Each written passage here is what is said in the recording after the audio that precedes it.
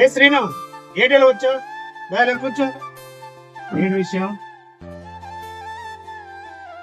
మా అమ్మాయికి పెళ్లి సంబంధం కుదిరింది. నాకు ఇస్తానన్న వాళ్ళు ఇవ్వలేదు.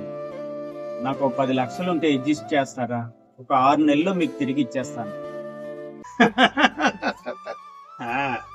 10 లక్షలు కావాలా?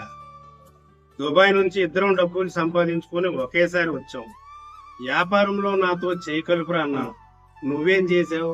అడిగిన ప్రతి ఒక్కడికి దానపరులాగా దాన ధర్మాలు చేసుకుంటూ వచ్చావు.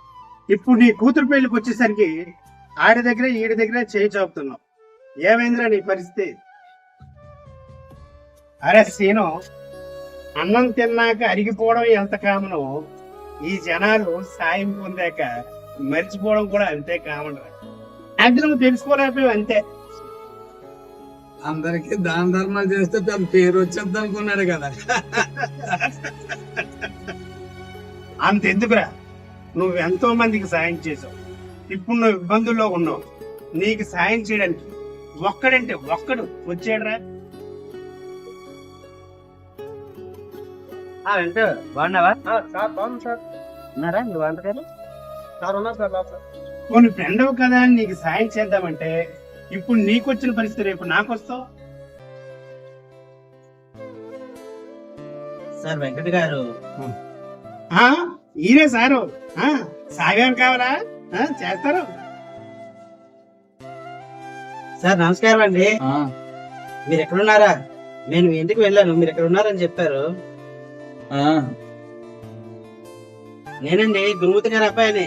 మా నాన్నగారు మీ గురించి కొన్ని 100 సార్లు చెప్పారు సార్. మా నాన్నగారు వ్యాపారంలో నష్టపోయి రోడ్డున పడ్డప్పుడు ఆ రోజు మీరే సాయం చేశారంట. ఆ దేవుడి వల్ల మీ దయ వల్ల ఈ రోజు మేము వ్యాపారంలో చాలా అభివృద్ధి చెందాం సార్. మా నాన్నగారు పోయేటప్పుడు మీ గురించి ఎంతగానో తలుచుకున్నారు. ఆ రుణం ఎప్పటికైనా తీర్చాలనే ఉద్దేశంతో ఇక్కడి వరకు వచ్చాను. ఈ 20 లక్షలు వచ్చాను. సాయం చేశానని మీరే అంటున్నారు, మళ్ళీ నేను వెనక్కి తీసుకుంటే అది సాయం ఎలా అవుద్దండి?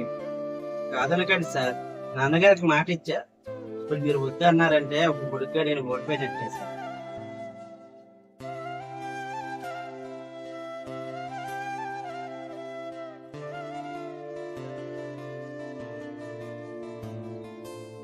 ఉంటాను సార్.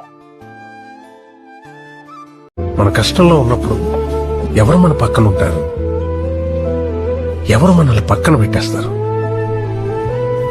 మన బాధతో కూడా ఎవరు వ్యాపారం చేస్తారు తెలుసుకో.